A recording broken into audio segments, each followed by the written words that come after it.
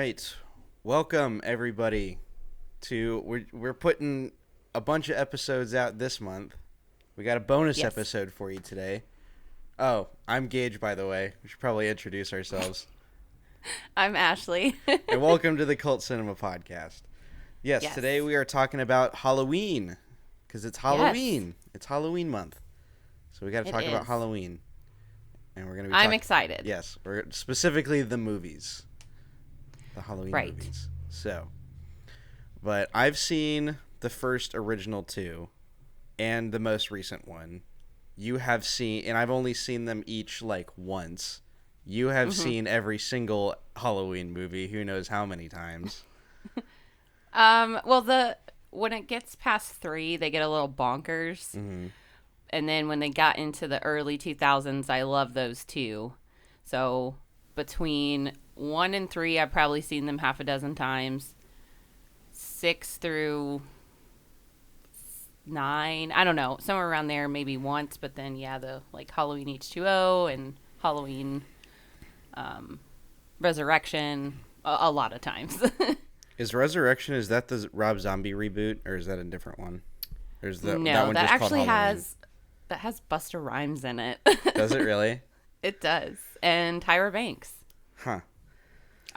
All I know is that Rob Zombie made a Halloween reboot. That's all I know. Yes, I've seen those a few times as well. Resurrection definitely is the one with Busta Rhymes and Tyra Banks. Okay, gotcha. Funny, I know that I think it was Danny McBride, funny enough, was a writer on this most recent one. I don't know if he was on the 2018 one as well, but it's like interesting to see him, because I know him primarily from like all of like, the early 2000s, mid 2000s comedies with like Seth Rogen and James Franco and stuff like that. So it's interesting when you see like people with like a comedy background come in and do like horror slasher films. I think it's really interesting. Right, especially when this one in particular, there's nothing funny about it. There's not even like a comedic relief moment as there was in the 2018. Mm-hmm. So that's a little weird. I only got I just watched like a plot synopsis on the 2018 one, and I felt like that was good enough to go into, because if the most recent one, Halloween Kills, they do a little bit of a recap in the beginning. Right. Granted, you don't like know exactly what happens, like why, is it Laura or Lori is the main character? Lori. Like you don't know, like, unless you had watched a recap or watched the previous one, you wouldn't know why she's like bleeding out in the back of a truck at the beginning of the movie. But yeah. Indeed. Yeah. But it does recap a lot of what happened in the previous one, because the reboot ones take place right after the first one. I believe 2 through everything after that they completely got rid of. Yeah, they ignore the previous sequels in 2018 Halloween release and just go from the original Halloween. Gotcha. From 78. So. Because I know the second one, doesn't it touch on like the idea of like Michael and Laurie being brother and sister? They are brother and sister. You know that from day one, that they're brother and sister. In the first one, in the original, and the are they? I thought it wasn't until the sequels. second one that they. I thought it was until the second one that they established that. No, they definitely in the first one established it too. Okay, gotcha. The original, yeah. So how is it that they are related again? So Michael Myers killed his older sister and then went to, juvenile prison or whatever. And Lori is the baby sister. So she was just a small baby when that happened. Okay. And then to save her from like dealing with the Myers tragedy and all of that, she is adopted into the Strode family. Gotcha. And so her parents in the first one are not her actual biological parents. They're adoptive parents. Makes sense. Okay. Gotcha. Because I remember, when I watched the most recent one, they just like kept referring to him as Michael. Like, not during the entire movie did they refer to him as like them, or refer to them as being related. I didn't know if they did that in the 2018 movie or not. Yeah, they did. They do. Okay. Gotcha. Yeah, they don't touch on it a lot in the original that she's the younger sibling. Loomis, Dr. Loomis mentions it sometimes. And then when Michael breaks out and starts to go after Lori, there's conversations between him and the sheriff that talk about her adoption and stuff. So it's subtle in the first one. Rob Zombie's reboot did a much more glaring look at the family tie dynamic than the original. Gotcha. But you still, they are related. Okay. Gotcha. So you wanted to go into like a bit of a dive into the whole franchise as a whole, because I know that you're probably the biggest Halloween fan that I've met. So it is my second favorite. He's my second. Is Scream the first? Yeah, Scream's the first. I grew up on the Scream movies, so that's definitely my favorite. I could just never get around them, because I was like into like a real big horror movie kick when I was in like late middle school, early high school. But for me, it was the Friday the 13th movies that I really latched onto. Of course, I had watched a couple of the, Halloween, but Friday the 13th, I was like, I'm going to watch all of these. And then I got through like half of them, and I was like, Jesus, I've got more of these? Because it's just the same movie. So bad. It's just the same movie. It is. But I don't know. Halloween was one of those things, because I knew that they had so many of them, and I felt like it was kind of a cop-out to have a villain that just couldn't die. Like, that was basically invincible, just so that they could keep making more movies. Yeah. But then again, they pretty much do that with every kind of mainline horror franchise, like Friday the 13th, or I don't know too much about Nightmare on Elm Street, but don't they kind of do the same thing? Yeah, so every slasher film has a general plot point. Teenagers, somebody killing them. Sometimes they're related, sometimes they're not, and they never die. So all four of those things always happen in slashers because, yes, obviously franchise opportunity, but they always find a way to bring them back in some form or another. Now, I will say the older slashers, so Nightmare on Elm Street, Friday the 13th, Halloween, they always bring back the same character. And when you started to get into the early 2000s slashers, I Still Know What You Did Last Summer, Scream, they have the same slasher killer premise, but it's always a different killer because they do die. So there have been differences, but the original OG slasher films, yes, they don't die. Yeah. So I can start with just going over the franchise, and then we can kind of touch on Halloween Kills. If you want to go that route, that's fine with me. Yeah, let's do that. Alrighty. So just to go down the list, so we're all on the same page. Halloween, original, 1978, directed by John Carpenter. Halloween 2, 1981, directed by Rick Rosenthal, but John Carpenter also produced that. Halloween 3, which is also referred to as Season of the Witch, 1982, also produced by Carpenter. Deborah Hill also produced and directed, 2 and 3. She's a kind of prominent person in the Halloween franchise as well. Halloween 4, The Return of Michael Myers, was in 1988. Halloween 5, Revenge of Michael Myers, was in 1989. Halloween 6, The Curse of Michael Myers, 1995. Halloween H2O, 1998. Halloween Resurrection, 2002. Halloween, the Rob Zombie reboot, was in 2007. Halloween 2, also the Rob Zombie reboot, 2009. Then we get into the new franchise direction, Halloween 2018, Halloween Kills, and then, of course, there will be Halloween Ends in 2022. Jamie Lee Curtis, obviously, as Laurie Strode. She was in Halloween 1, 2, and 3, Halloween H2O, a part of Halloween Resurrection. She has a cameo. And then, of course, the new direction the franchise took in 2018. She was the first person to receive the Scream Queen title. She coined the term. She was labeled that, and then it went from there. We do have some other repeat characters, though, throughout the franchise. Danielle Harris, she was in 4 and 5 as a small child, as a small Laurie Strode, but then she was also in the Rob Zombie reboots as a different character. Judy Greer, she's the daughter in all the new ones. So 2018, Halloween Kills and Halloween Ends, will be in. Allison, I'm going to butcher her name, but Maddock, possibly? Yeah, I saw that one. Is that the one that plays... She's the granddaughter Yeah. in the new ones. Yeah. So she's in those 3. Mm-hmm.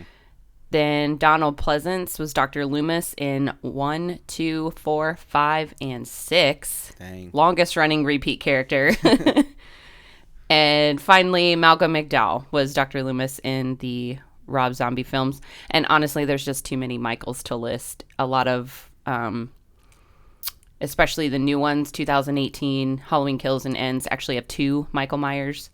Probably just based on shooting schedules or Sure. I don't know what. Yeah. But there's too many. That's nice when you have like the flexibility to just bring in anybody that's like over 6 foot that can just play the character for a day.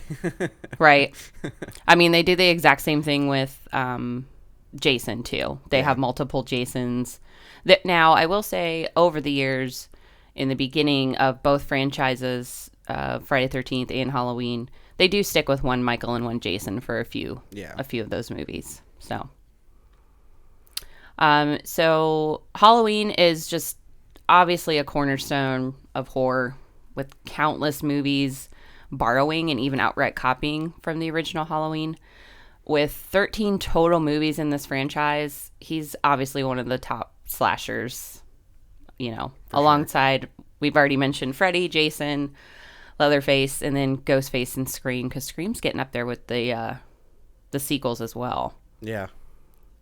Well, how many Scream movies are there now? There's going to be 5. 5th one's coming out in 2022. I think that's it. I feel like there was a lot more of them. I wish there was. So there's only 4 out right now? Yeah, there's only 4. Huh.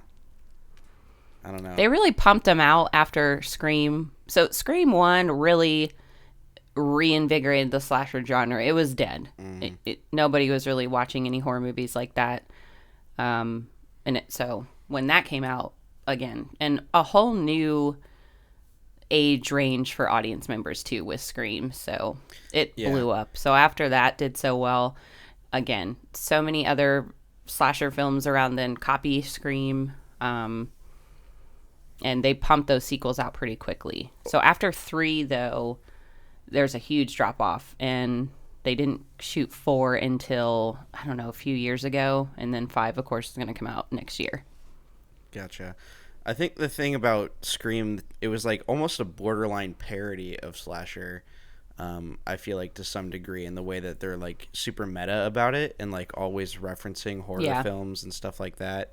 But when I think of like horror, I think of like, late 70s, early 80s, real gritty and grungy looking visuals, and that's something that Scream didn't really have. It was always like the visuals were very bright. It was all very evenly lit, which is not something that you often see in the horror genre. Usually everything is very dim to add suspense. Characters are very much kind of hidden in the dark, and that just wasn't the case for Scream. So I think the one reason why I just couldn't get into it is because when it comes to horror films, I'm very traditional in that sense, and how I like to see it real dark, real gritty, real bloody, real gory. And not to say that Scream isn't bloody and gory, but it's right. It's yeah. But I would agree with that, definitely. And you're right. The term meta horror wasn't even a thing again until Scream. Mm-hmm. They put that out there. Critics put that out there, and they weren't wrong. Yeah. I totally agree with what you're saying. Just a couple other random things. Like we kind of talked about earlier, Michael dies over the years in so many different ways. Yeah. He's, just to name a few of them, he's obviously been shot. He's been caught on fire. He was injected with acid, ran over, electrocuted, and just like Freddy, Jason, Leatherface, because he won't die, it remains a super successful horror franchise. Because they can just keep pumping them out. Yeah, they can just keep going. Which I mean, I it gives more people. I mean, I always am up in the air in how I feel about movies like franchises like that are just constantly pumping out stuff, because it's mm-hmm. like part of me is like, all right, story's been told. Can we get something out? Can we try something else, please? But I mean, it Right. also gives a lot of people who were fans of the original to put their own twist on things. Yeah. Like I'm really hoping, like I'm just wanting them to stop making Star Wars movies at this point, Right. honestly, because I'm just kind of like, and I grew up a huge Star Wars fan, but I'm kind of just like sick and tired of Star Wars at this point, because it's just kind of been force fed down the throat of society and pop culture. Yeah. Um, but yeah, but at the same time, like I said, it does allow people to, new directors, new producers to come in with their own take, and sometimes it's good, sometimes it's not. But Mm-hmm. eventually people are gonna start to get tired of it. But I guess in the case for you, who's a huge Halloween fan, I'm sure you'll just eat this shit up. Yeah. I'm not alone. Yeah. Obviously, it blew the box office away this past weekend when it came out. So. Yeah, I had heard good things, and I watched it, and I thought it was pretty good. Some of the We'll talk about it yeah, in a yeah, minute. we'll talk I have about it some in a minute, thoughts. but yeah. I will say though, just as horror as an overall genre, it has switched. So we've seen a huge switch between, again, early late 2000s into now. You see many more horror directors going the torture way. Mm-hmm. So we have all the Saws, the Hostels, things like that, or the psychological horror. So Hereditary, Midsummer. Directors that focus on horror, I think, have evolved, definitely, especially over the past 10 years. We've seen a lot different kinds of horror come out. So I love horror as a genre, period, but I think you're right. When it comes to slasher films, you can only do that so many ways. Mm-hmm. And once you lose your fan base that's been watching forever and ever, there's not a whole lot else you can do, for sure. Right. I also think, though, that kind of what sets Michael Myers and Halloween apart from other slashers, he ties in this obsession with his family. So Laurie in particular, because she's alive, it's almost his main drive to kill, which is kind of unique as opposed to some of the other slasher films out there. We don't have a family element in any other one. Friday the 13th a little bit in the first one, but only because obviously Mrs. Voorhees. Mm-hmm. But there's no drive behind any of those characters to find and kill a family member. So I think that's a little bit of a difference between the Halloween franchise in particular. Yeah. I'd agree. Yeah. And of course, the movies overall, the slow tension and dread, the slow moving Michael, because unlike Friday the 13th or Freddy movies, at first they were also slow moving characters. Freddy was always kind of around and popping all over the place, mm-hmm. but Jason for a long time was he walked. He was, just like Michael. They walked. They were never fast. And then as the franchises kind of went on for Friday the 13th, Jason became fast. He ran at you, and that was supposed to make it more terrifying. Mm-hmm. But I just think the fact that they've kind of kept the Laurie persona going throughout the whole movies with Halloween is a little different for sure. Yeah. I don't know if I have too many other things. Oh, the score obviously is amazing mm-hmm. for all the Halloweens. The continuation of a lot of slasher movies, though, to also take place at certain locations, I think is cool. So we obviously have Haddonfield for Halloween, but we have Crystal Lake for Jason. That's a return. And Woodsboro for Scream. They almost always return there. Scream a little bit ties in. It's not a family issue. It's a main character issue. So they're always hunting Sydney. So that's kind of similar. But she's not always related to any of the killers. So, but yeah, the score for Halloween, obviously you can't mistake it. I kind of compare it to the Freddy song in Nightmare on Elm Street, the 1-2, Freddy's Coming for You. It's a nursery rhyme, yeah. and it's super eerie. So as soon as you hear that Halloween, background music, you're like, oh yeah. Yeah. You're never going to forget it. And Friday the 13th didn't really have like a jingle or anything, but it had the ch-ch-ch. Right. Yeah, so it's every That too. big horror film seems to have its like main audio jingle or bit Mm-hmm. that really, people recognize it because of its Yeah. influence on pop culture. Mm-hmm. And obviously Ghostface with the voice changing and the Hello Sydney Hmm. is, synonymous with them as well. It's interesting that like the horror, like seeing all of the scary movies as well. If we want to go into that a little bit, like how big the whole like parody genre of like Of movies, horror. like of Mm-hmm. horror and just movies in general, really kind of rose in the early 2000s. Like we got Oh all the yeah. scary movies. There was superhero movie, date movie, like all of the like you don't see those being made anymore. And I think I don't No. know if that's, I don't know. I feel like, I mean, because a lot of those movies can be very crude, and so there's probably a lot of stuff that you would have to, you'd have to tread very lightly if you were to try to make like a parody movie like that today. Oh So yeah, there's so many things about those parody movies that are now extremely yeah, offensive that they weren't back then. It's just a sign of the times back then for hmm, sure. right.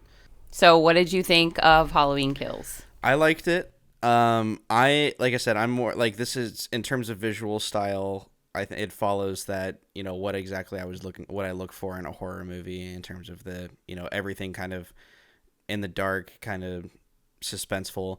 But I say that, but there wasn't really a lot of suspense in the movie. It very much is just like a straight up like slasher thriller more than it is like a real horror movie for me. Because when I think horror films, I Mm-hmm. think more like suspense. I think more like the original Alien, um, stuff like that, Yeah. like the original Halloween, um, where or the original Friday the 13th, where you like the main antagonist is like not almost not seen at all for a good chunk of the movie. Um, Mm-hmm. Compared to this, with it being like a big sequel, everybody knows who Michael is at this point, so he's, we see him right at the very beginning. Um, but I thought it was good. Of course, I think there were some lines that were the writing for me wasn't great in some cases. I felt that what's Laurie's daughter, the actress that plays Laurie's daughter, Karen. Judy Greer. Yeah, I felt like there were a lot of places where her character seemed very flat, in terms of like her emotions, like the way that she responded in certain situations. Um, Yeah. but yeah, I just felt like her character was a little flat in some situations. Like she did have some very emotional scenes, like when she's trying to save the mental patient that gets into that, goes into the hospital. But a lot of times when Mm-hmm. she's, trying to convince her mom that she needs to like stay in the hospital and stay down, like it seems like, I don't know, like she doesn't seem like there's a lot of emotion behind what she's like trying to really convince her mom. I don't know, maybe it's just how I was seeing it, but I agree. I don't think she's. I love Judy Greer. I think she's right, hilarious. yeah, She's in tons of things that's funny. hmm, I haven't seen her in a ton of drama type roles, and right, that's. I agree. I feel like this movie wasn't at all supposed to be super scary. It was more drama hmm, oriented, yeah. for sure. And then there was the bit near the beginning where the little boy like runs into Michael on the street when it's like the flashback to, The yeah, flashback, yeah. and he gets knocked over, and the two police officers come up and they say, who did you see, and he goes, the boogeyman, and then it was like, Mm-hmm. oh, okay, It's an ongoing thing in Haddonfield that he was called that for a while. What I didn't understand was the whole taking from Tommy Doyle being in the movie, Lindsay, hmm, Ronnie, taking those characters and bringing them into this sequel. I guess I kind of understand where they were going with that because when they did 2018's Halloween, again, they're ignoring all the other stuff. hmm, So I guess I kind of see where the idea was to bring all those characters back and have that such a big part of this movie. But I struggle to see why that was such an important writing choice right, to do that. And again, there's nothing really scary about this movie. And I almost hated the fact that they took those characters and formed that kind of mob mentality. I hmm, thought that was so dumb. Like, yeah, like it's I didn't get it. it's cool to see Anthony Michael Hall in it, but at the same time, it's like he's not exactly a lovable character in the thing. He's just like some guy that, granted, he has some childhood trauma, but seems to take himself a little too seriously. Way too seriously. Yeah, and it's like he's got to be the one to lead this, convince the mob that it's, evil dies tonight. That's the thing that they keep saying over and over again is I evil know. dies tonight, and yeah, it's very, yeah, it just takes. There weren't even a lot of good kill scenes in this movie. Right, I wrote yeah. down 2 that were pretty good. When the lady gets the light bulb in the throat, Yeah. that was pretty badass. I think there's I think it's cool when they can get creative with the kills, but a lot of it wasn't so much I want to see the victim kind of fight back a little bit more. I want to see a little bit more of a struggle. This was a lot of just watching Michael just straight up kill people that are just standing there. And Michael's not synonymous with posing bodies. Mm-hmm. And so when you have that whole scene in the park when he's putting masks on everybody after he's killed them, that's weird too. Right. Why pull that in? That or with the It doesn't match. It doesn't match. Little John and Big John guy. Were they in the 2018 ones, or was I just No. They weren't. They were just 2 No. characters that were just randomly introduced in this. Well, that, and initially when I was watching this, I was like, well, that's not the original Myers house. Maybe that's Laurie's original house, because Yeah. nobody's supposed to be living in, again, nobody's supposed to be in the Myers house. Right. It was abandoned in all the other sequels. And so then, yes, you introduce these characters, which props for the director for having gay characters, Yeah. because that almost never happens in slashers. But it was, that was also weird. You're not supposed to be in that house. You're not supposed to be living there. It was weird. It was a weird choice, too, to put them in that house. But yeah, they'll also their kill scenes weren't too bad. Yeah. Well, because I know theirs was, I think it was Big John is the stoner one in the robe, right? Yeah. The where he, bigger guy. I think he stabs him and then gouges his eyes out, but then Little John, it's just off screen, but then we find out that he was just stabbed. So. Right. But yeah. Yeah. And this is the first time that you don't see Michael die, which everyone is talking about online and through social media. He's not actually dead in this one. He is very much alive. You know he's alive. First time for that, too. So I'm not 100% sure, because the same director directed 2018. So I'm not sure why some of these choices were made that way. I didn't like it. You didn't like it at all? No, I didn't like it. I respect the franchise and respect what they're doing, but I was not a fan of this one at all. I don't know. I found it entertaining. Would I go back and watch it again? Probably not. If we're going to go back and watch a Halloween, one of the Halloweens, I'm going to say let's watch the first one, because it's just a John Carpenter classic. And I haven't seen a ton of his stuff, but I do enjoy his older work from the late 70s, early 80s. Me too. The Thing is probably one of my favorite horror psychological thriller movies that I've ever seen. I love The Thing. It's so good. It's the Among Us movie. My Gen Zers will get that joke. The reboot's really good too. I haven't seen the reboot. I heard It's that good. it's because they do a lot. They because with the whole thing with the Thing and the creature in the original, it's all practical, as it was back then. And they, from what I understand, is that for the sequel, they attempted to do a lot of practical stuff, but then just completely replaced it in CG, and it ended up just kind of looking a little funky. I'd say, it's probably 90% CG, mainly because of, in the original Thing, you see a lot of the Thing. You don't in the second one. Yeah. You see it coming out of people or coming out of things. You don't see it just there. Right. So. But I'd say that's true. I do love the scene in the original where the head gets it pulls itself off of the body, and then the spider legs come up, and they're you've got to be fucking kidding me. Some of that happens in the reboot, Yeah. in different ways. So I think it's a good reboot. Yeah. For what it is, personally. Yeah, I feel that's another thing that horror movies get a lot is the reboot treatment. I think every single mainline horror film that came out in the late 70s, early 80s got some kind of reboot at some point. Oh yeah. Halloween, Friday the 13th, Texas Chainsaw. Yeah, you don't see that with any other genre. Yeah. I mean, a little bit of the superhero, we've got that. Right. Going Well, on that bit. happens all the time. I mean, there's 4 different versions of Batman at this point. Right. But yeah, and Yeah. so yeah, it's superheroes and horror films seem to get it the most. Other things just sure. other ones just get sequels. Right. Yeah. Matrix 4. I swear to God, if Matrix 4 is bad, I'm going to lose my mind. But yeah. Well, then you'll feel my pain with this movie Yeah. because I was not impressed. Yeah. And I was kind of bummed out at the end. I was Really? like, that's it? Really?